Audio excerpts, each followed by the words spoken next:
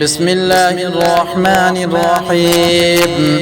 الحمد لله الذي خلق السماوات والأرض وجعل الظلمات والنور ثم الذين كفروا بربهم يعدلون. هو الذي خلقكم من طين ثم قضى أجلا مسمى عنده ثم أنتم تمترون. وهو الله في السماوات وفي الأرض يعلم سركم وجهركم ويعلم ما تكسبون. وما تأتيهم من آية من آيات ربهم إلا كانوا عنها معرضين. فقد كذبوا بالحق لما جاءهم فسوف يأتيهم أنباء ما كانوا به يستهزئون.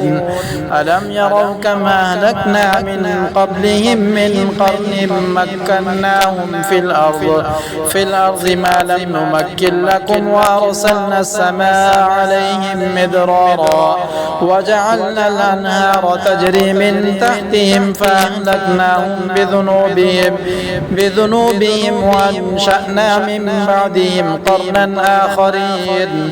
ولو نزلنا عليك كتابا في قرطاس فلمسوه بأيديهم لقال الذين كفروا إن هذا إلا سحر مبين. وقالوا لولا أنزل عليه ملك ولو أنزلنا ملكا لقضي الأمر ثم لا ينظرون. ولو جعلناه ملكا لجعلناه رجلا وللبسنا عليهم ما يلبسون. ولقد استهزئ برسل من قبلك فحاق بالذين سخروا منهم ما كانوا به يستهزئون. قل سيروا في الأرض ثم انظروا كيف كان عاقبة المكذبين. قل لمن ما في السماوات والأرض قل لله كتب على نفسه الرحمة ليجمعنكم إلى يوم القيامة لا ريب فيه. الذين خسروا أنفسهم فهم لا يؤمنون.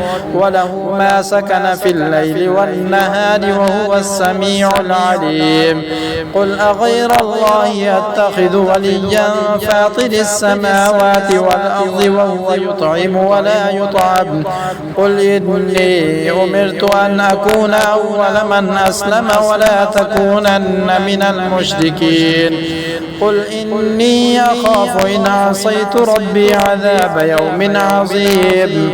من يصرف عنه يومئذ فقد رحمه وذلك الفوز المبين.